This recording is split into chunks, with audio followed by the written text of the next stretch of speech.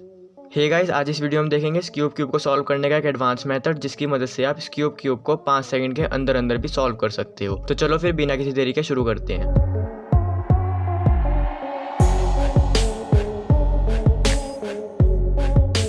तो इस क्यूब को सॉल्व करने का एडवांस मेथड सीखने के लिए आपको सबसे पहले इस क्यूब को सॉल्व करने का बिगिनर मेथड आना चाहिए। और अगर आपको बिगिनर मेथड नहीं आता है तो आपको वीडियो के डिस्क्रिप्शन में आपको एक लिंक मिल जाएगा, उसमें जाके आप सीख सकते हो। और अब क्योंकि आपको बिगिनर मेथड से इस क्यूब को सॉल्व करना आता है तो आपको स्लेज हैमर के बारे में तो पता ही होगा। अगर हम इस क्यूब को इस तरीके से पकड़ते हैं कि हमारी राइट लेयर है, ये हमारी लेफ्ट लेयर है, तो हमारा स्लेज हैमर कुछ इस तरीके से होता है, R prime L R L prime.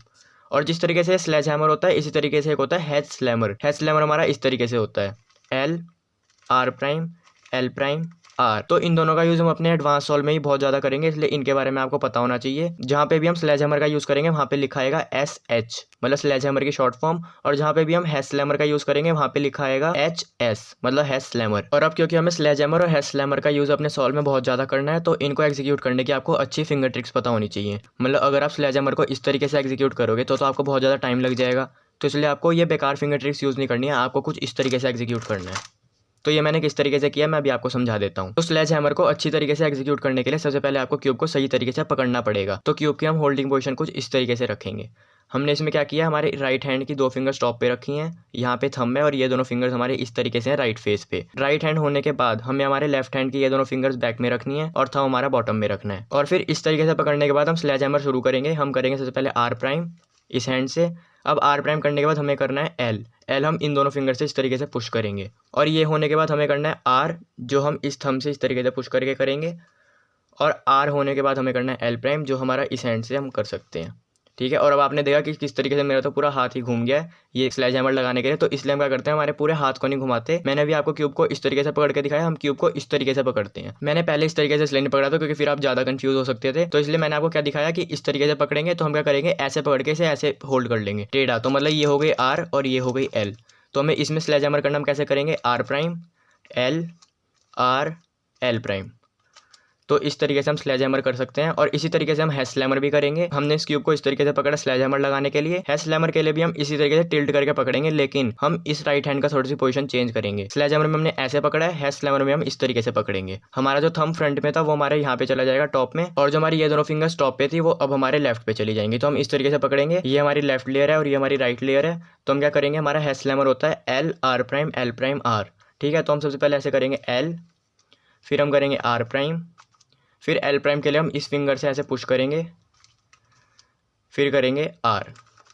तो इस तरीके से हम हेड स्लैमर करेंगे और इस तरीके से हम स्लेज हैमर करेंगे। तो अगर आपने इस ट्रिक को पहली बार सीखा तो आपको बहुत अजीब लग सकता है। मेरे को भी बहुत ही ज़्यादा अजीब लगा था ये करने में, और बहुत ज़्यादा मुझे प्रैक्टिस करनी पड़ी थी। मतलब पहले मैं बहुत ज़्यादा अटकता था स्लेज हैमर और हेड स्लैमर करने में, लेकिन अब इतना नहीं होता है। तो इसलिए प्रैक्टिस के साथ थोड़ा ठीक होता रहता है, इसलिए आपको बार बार ट्राई करना है इस तरीके से करने का। और अगर आपको फिंगर ट्रिक समझ में नहीं आई है तो आप रिवाइंड करो, एक बार फिर से देखो, पक्का समझ में आ जाएंगी। तो अब स्लेज हैमर और हेड स्लैमर सीखने के बाद हम अपने मेथड पे बढ़ते हैं। इस मेथड में हमें इस क्यूब को 3 स्टेप में सॉल्व करना होता है। सबसे पहले स्टेप में हमें अपनी बॉटम लेयर को सॉल्व करना होता है। सेकंड स्टेप में हमें सिर्फ एक एल्गोरिथम लगा के हमारे टॉप फेस को सॉल्व करना होता है। और उसके बाद थर्ड स्टेप में हमें इन सेंटर पीसेस को सॉल्व करना होता है। और इस तरीके से हम अपने इस क्यूब को सॉल्व कर देते हैं। तो बस 3 सिंपल से स्टेप हैं, हम देख लेते हैं। तो जो हमारा पहला स्टेप है जिसमें हमें बॉटम लेयर को सॉल्व करना है, ये लगभग हमारा बिगिनर मेथड की तरह होता है। इसमें बस हमें थोड़ी और एडवांस टिप्स एंड ट्रिक्स की जरूरत होती है। तो इसलिए इस स्टेप को हम एकदम लास्ट में देखेंगे। अभी हम स्टेप 2 से स्टार्ट करते हैं और उसके बाद स्टेप 3 देख लेंगे, क्योंकि इन्हीं दोनों में हमें बस एल्गोरिथम कुछ सीखने हैं नए। और उसके बाद लास्ट में हम इसकी कुछ टिप्स देख लेंगे, स्टेप 1 की और स्टेप 2 और स्टेप 3 की। साथ में कुछ और आपको टिप्स दे दूंगा जिससे आप थोड़े और फास्ट हो पाओ। तो अभी हम शुरू करते हैं हमारे स्टेप 2 से। तो फर्स्ट लेयर को सॉल्व करने के बाद हमें हमारी टॉप लेयर को सॉल्व करना होता है। इसमें हमारे सामने कोई भी एक केस आएगा 10 केसेस में से। तो मतलब हमें टोटल 10 केसेस सीखने पड़ेंगे और उनमें से कोई एक ही हमारे सॉल्व के टाइम पे आएगा और हम उसको सॉल्व कर लेंगे। तो इन 10 केसेस को हमने टोटल 2 पार्ट्स में डिवाइड किया हुआ है। पहला है सिचुएशन 1, दूसरा है सिचुएशन 2। सिचुएशन 1 में जो हमारे टॉप के कॉर्नर्स हैं उनमें से एक के भी टॉप पे येलो नहीं होता, और सिचुएशन 2 में हमारे कॉर्नर्स के 2 के टॉप पे येलो होता है। इन दोनों सिचुएशन में 5-5 केसेस होते हैं। तो इस तरीके से हमें टोटल 10 केसेस सीखने हैं, और ये जो केसेस है ये डिसाइड होते हैं इस येलो सेंटर की वजह से। मतलब अगर समझ लो ये सिचुएशन 1 है जिसमें एक के भी टॉप पे येलो नहीं है, तो अगर ये येलो सेंटर हमारा टॉप पे है तो ये हो गया सिचुएशन 1 का केस नंबर 1। और अगर ये येलो सेंटर यहाँ पे हुआ तो ये हो गया सिचुएशन 1 का केस नंबर 2। और अगर ये जो येलो सेंटर है हमारे यहाँ पे हुआ तो ये हो गया केस नंबर 3। अगर ये येलो सेंटर इन दोनों के साथ हुआ तो ये हो गया केस नंबर 4। और अगर ये येलो सेंटर यहाँ पे होगा तो होगा केस नंबर 5। तो इस तरीके से इस सिचुएशन नंबर 1 के 5 केसेस हो सकते हैं और इसी तरीके जो हमारी सिचुएशन नंबर 2 है उसमें ही 5 केसेस हो सकते हैं जो ये येलो सेंटर डिसाइड करता है। तो अब हम शुरू करते हैं हमारे सिचुएशन 1 के 5 केसेस सीखना, जो मैं आपको साथ साथ याद कराता हुआ चलूंगा। तो सबसे पहले तो ये केस नंबर 1 है सिचुएशन 1 का, जिसमें हमारा जो येलो सेंटर है वो टॉप पे होगा। इसको सॉल्व करने के लिए सबसे पहले हमें इस क्यूब को इस तरीके से पकड़ना है कि ये जो दो हेडलाइट्स हैं, मतलब ये जो दो कॉर्नर्स के साथ में येलो है, इसे हम हेडलाइट्स बोलेंगे। तो ये जो हेडलाइट्स हैं ये हमारे लेफ्ट में होनी चाहिए, ठीक है। इसके बाद हमें क्या करना है, 2 बार स्लेज हैमर करना है और ये सॉल्व हो जाएगा। देखो, तो सिचुएशन नंबर 1 का केस नंबर 2 और केस नंबर 3 लगभग सेम ही तरीके से होते हैं, इसलिए हम इन दोनों को साथ में सीखेंगे जिससे हमें दोनों याद हो जाए। तो सबसे पहले तो आप ये समझो, ये जो सिचुएशन नंबर 1 है जिसमें एक के भी टॉप पे येलो नहीं होता, इसमें अगर हम इन चारों फेसेस की बात करें तो एक फेस पे तो 2 येलो होते हैं इस तरीके से, और एक फेस पे एक भी येलो नहीं होता, और जो बचे हुए 2 फेसेस हैं उनमें एक एक येलो होता है। देखो यहाँ पे एक येलो है और यहाँ पे एक येलो है। तो जो केस नंबर 2 और केस नंबर 3 है, उस केस में जो ये व्हाइट वाला सेंटर है ये उन फेसेस पे होता है जहाँ पे एक ही येलो है। जैसे ये हो गया केस नंबर 2 जहाँ पे येलो इसके साथ है, और होता है केस नंबर 3 जिसमें येलो यहाँ हो सकता था इसके साथ। तो इन केसेस को सॉल्व करने के लिए सबसे पहले हमें क्या करना है, येलो सेंटर को अपने फ्रंट में रखना है इस तरीके से। अब हमने येलो सेंटर को अपने फ्रंट में रखा, हमने देखा ये इसके साथ कनेक्टेड है। हमें स्लेज हैमर या हेस्लेमर में से कोई भी एक चीज़ करनी है, और वो करते हुए ये ध्यान रखना है कि ये दोनों टूटे ना। मतलब जैसे कि मैं आपको एक बार इसमें हेस्लेमर करके दिखाऊं, तो देखो अगर हम हेस्लेमर करेंगे तो हमें दिख रहा है कि ये दोनों टूट रहे हैं, ठीक है। तो इसका मतलब हम इसमें हेस्लेमर नहीं करेंगे, इस केस के लिए हम स्लेज हैमर करेंगे एक बार। तो देखो अगर हम स्लेज हैमर करेंगे तो ये दोनों टूट नहीं रहे हैं, देखो अभी भी ये साथ हैं। तो अगर हम स्लेज हैमर करेंगे तो हमारा ये स्टेप पूरा हो जाएगा। और इसी तरीके से केस नंबर 3 है, पहले वाले में इसके साथ कनेक्टेड था येलो सेंटर, इस वाले में इसके साथ कनेक्टेड है। तो इस वाले को भी हम पिछले वाले की तरह ही करेंगे, पहले हम इसको फ्रंट में रखेंगे, उसके बाद हमें स्लेज हैमर या हेस्लेमर में से कोई भी एक चीज़ करनी होगी, वो इस पर डिसाइड करते हैं कि ये दोनों टूटे ना। अगर हम इसमें स्लेज हैमर करेंगे तो ये टूट जाएगा, तो इसलिए हम इसमें स्लेज हैमर नहीं करेंगे, हम इसमें करेंगे हेस्लेमर और उसके बाद ये सॉल्व हो जाएगा। देखो अगर मैं इसमें हेस्लेमर करूं तो ये दोनों टूट नहीं रहे हैं लास्ट तक, और उसके बाद ये पूरा सॉल्व हो जाएगा। तो इस तरीके से हमने केस नंबर 1 देख लिया जिसमें येलो सेंटर यहाँ पे होता है, और केस नंबर 2 और 3 देख लिए जो बहुत ही ईजी हैं। और ये ट्रिक मैंने आपको खाली याद करने के लिए बताई है कि अगर ये कनेक्टेड होंगे तो हमें वो चीज़ करनी है जिससे ये टूटे ना। अभी तो आपको याद हो जाएगा, लेकिन उसके बाद आपको सॉल्व के टाइम ये नहीं सोचना कि हाँ हमें वो चीज़ करनी है जिससे ये टूटे ना। आपको ये याद होना चाहिए कि अगर येलो सेंटर इस वाले कॉर्नर से होगा तो हमें करना है हेस्लेमर, और अगर सिचुएशन 1 में येलो सेंटर इस वाले कॉर्नर से होगा तो हमें करना है sledge hammer.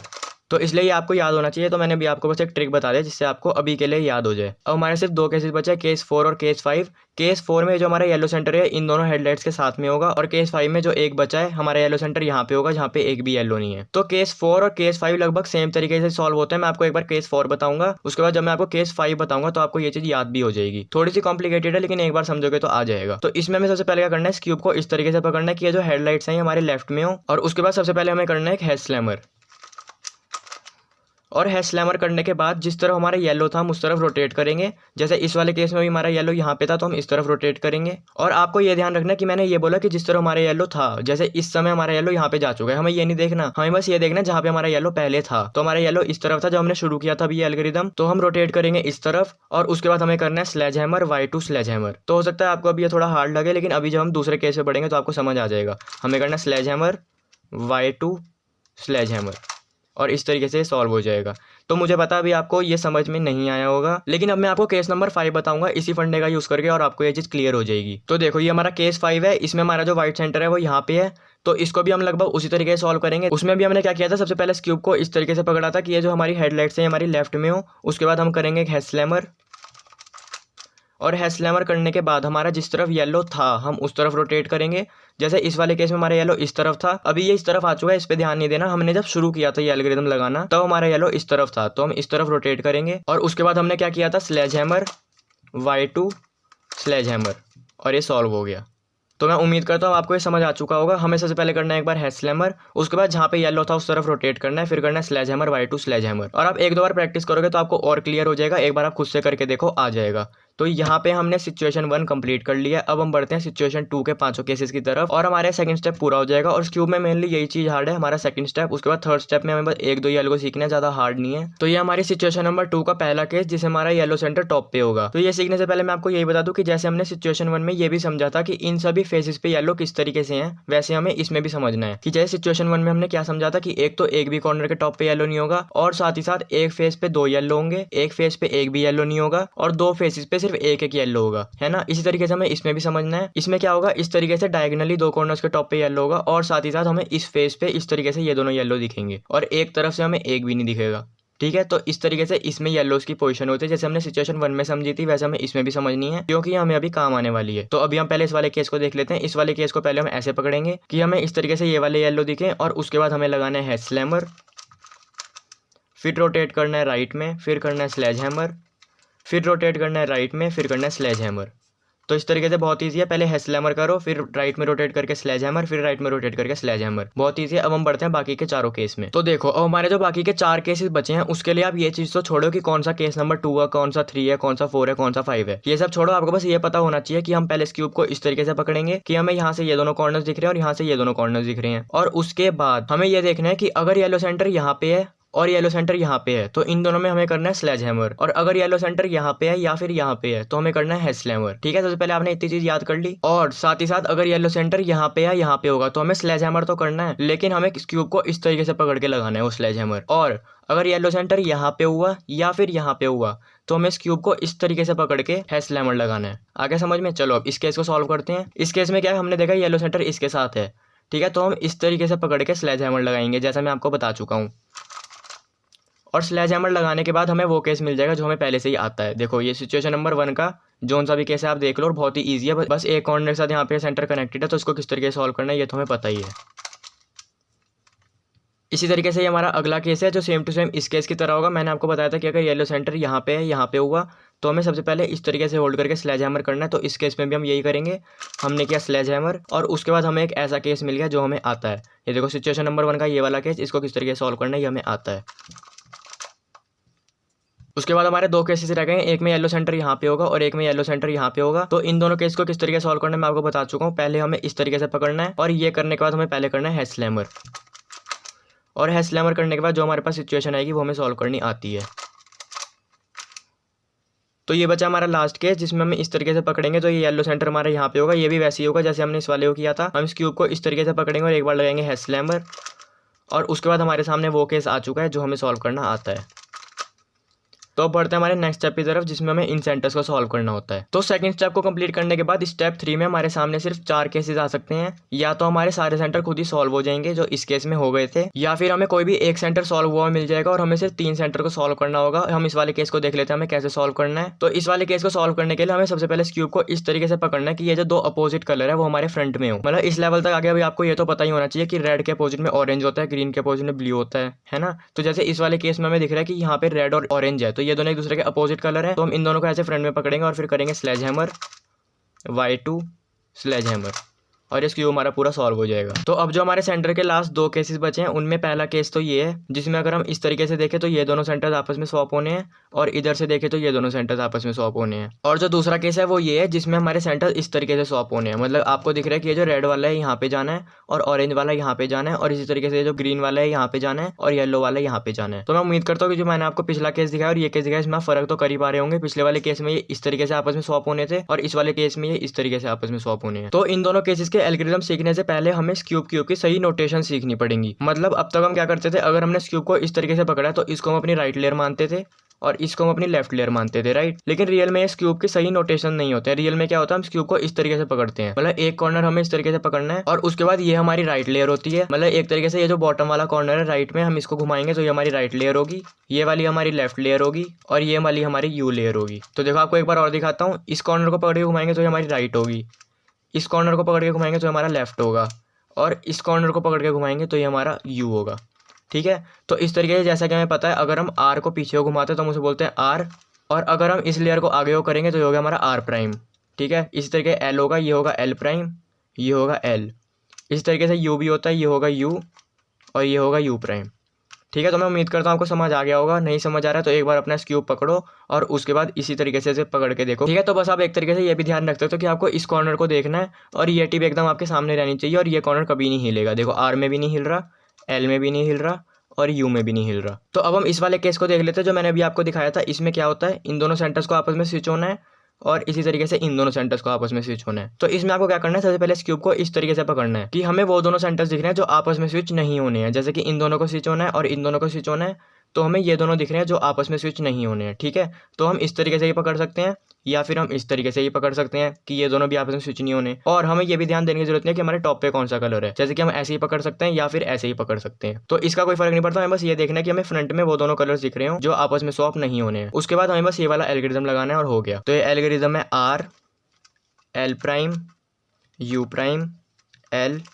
U L R L prime R, और हमारा क्यूब सॉल्व हो चुका है। अब हमारा सिर्फ एक केस बचा है, तो वो हमारा ये केस है जिसमें इसको इससे स्वैप होना है और इसको इससे स्वैप होना है। तो आप इसमें देख सकते हो कि हमें हर फेस पे अपोजिट कलर्स दिख रहे हैं, मतलब ऑरेंज रेड के अपोजिट हो गया, ग्रीन ब्लू के अपोजिट हो गया। तो इसको हमें होल्ड करना है कुछ इस तरीके से कि ये दोनों हमारे लेफ्ट राइट में आ जाएं, और उसके बाद हमें इसको इस तरीके से पकड़ना है कि हमारा राइट हो गया, ये लेफ्ट और ये अप। और उसके बाद बस ये सिंपल सा एल्गोरिथम लगाना है, पहले R U prime U prime, और ये लगाने के बाद हमें यहाँ पे दिख रहा है कि ये हमें ये वाला केस मिला है, इसको हम इजीली सॉल्व कर लेंगे और ये सॉल्व हो जाएगा। डन।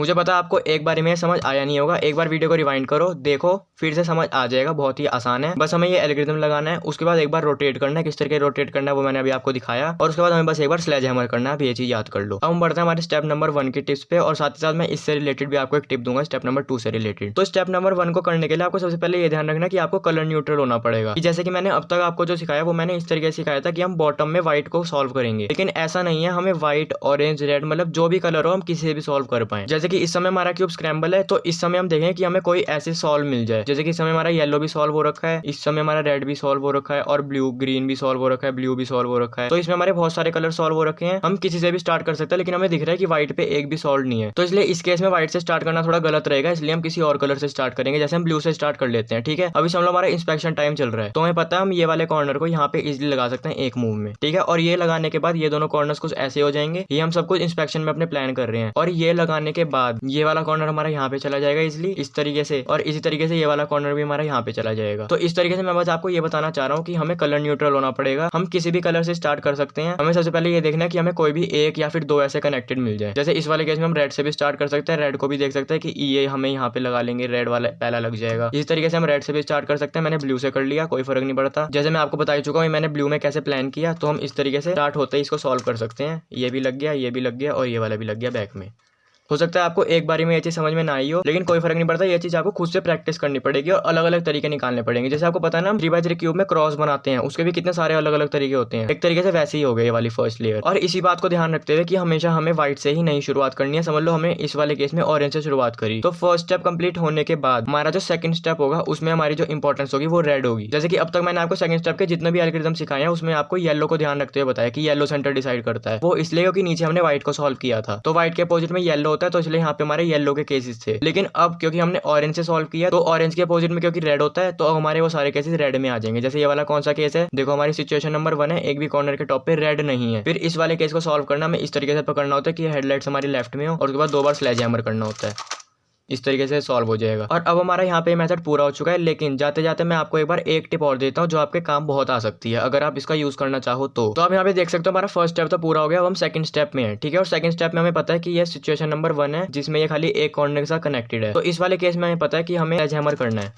ठीक है। तो यहाँ मैं आपको क्या बताना चाह रहा हूँ कि जब भी हम स्लेज हैमर करते हैं ना, तो स्लेज हैमर क्या करता है, इन दोनों सेंटर्स को आपस में स्वैप करता है और साथ ही साथ इन दोनों को आपस में स्वैप करता है। तो अगर आप इस चीज को ध्यान में रखो तो आप क्या कर सकते हो, इसको सॉल्व करते समय आप हमारे नेक्स्ट स्टेप की तरफ भी बढ़ सकते हो। मतलब मैं क्या कहना चाह रहा हूँ मैं आपको बताता हूँ। देखो हमें पता है अगर मैं इस केस में ऐसे पकड़ के भी स्लेज हैमर करने वाला हूँ, तो हमारा जो सेकंड स्टेप है वो हमारा पूरा सॉल्व होने वाला है। तो उसमें क्या होगा, ये जो ग्रीन है यहाँ पे आ जाएगा। मैंने आपको बताया ना ये दोनों सेंटर्स भी स्वैप होते हैं साथ में, और ये दोनों सेंटर्स भी स्वैप होते हैं, ये यहाँ पे जाता है और ये यहाँ पे जाता है। तो इस केस में क्या हो रखा है, मेरे स्लेज हैमर करने के बाद हमारी सेकंड लेयर पूरी होगी, और ये वाला सेंटर यहाँ पे आ जाएगा ग्रीन, ये वाला ऑरेंज यहाँ चला जाएगा, और ये वाला रेड यहाँ चला जाएगा। इसका मतलब जब हम अपना सेकंड स्टेप पूरा कर लेंगे तो हमारा थर्ड स्टेप स्किप हो जाएगा। क्यों? क्योंकि ये ग्रीन यहाँ पे आएगा, तो देखो यहाँ पे ग्रीन है, तो इसका मतलब ये फेस ग्रीन का ही है, ग्रीन हमारा मैच हो जाएगा। अब ये ऑरेंज यहाँ पे जाएगा, तो यहाँ पे ऑरेंज की ही जगह, तो मतलब ये फेस भी कंप्लीट हो जाएगा। ये रेड हमारा यहाँ पे जाएगा, तो हमारा ये फेस भी कंप्लीट हो जाएगा, और ये हमारा सॉल्व है ब्लू और ब्लू ब्लू। इसका मतलब मैंने ये स्टेप लगाने से पहले प्रेडिक्ट कर लिया कि मेरा क्यूब सॉल्व होने वाला है सिर्फ एक स्लेज हैमर करके। देखो मैं सिर्फ स्लेज हैमर करूंगा, ये यहाँ पे आ जाएगा और ये दोनों आपस स्नैक्स चेंज हो जाएंगे। मैंने स्लेज हैमर किया, ये तो सॉल्व हो गया, और बाकी जो मैंने आपको सेंटर्स की पोजीशन बताई थी वही है। तो इस तरीके से ये चीज आप खुद भी जज कर सकते हो, ये आपको हेल्प कर सकता है नेक्स्ट स्टेप प्रेडिक्ट करने में, ठीक है। तो इसका आप खुद से यूज करो, खुद एक्सपेरिमेंट करो और आपके जरूर काम आएगी। और इसके अलावा ये जो मैंने आपको मेथड सिखाया इसकी बहुत सारी टिप्स हो सकती हैं। अब इस वीडियो में तो मैं सारी आपको बता नहीं सकता, ये वीडियो बहुत ही ज्यादा लंबी हो जाएगी, अब भी लंबी हो चुकी है, तो इसलिए आगे मैं इसके टिप्स एंड ट्रिक्स की वीडियोस ला सकता हूं। तो इसलिए आप अभी के अभी चैनल को सब्सक्राइब कर लो, जिससे जैसी वीडियो है आपको पता लग जाए। और अब आपने इस वीडियो को यहाँ तक देखा तो एक लाइक करना तो बनता ही है यार। तो बस अब और कुछ तो बचा नहीं है कहने को,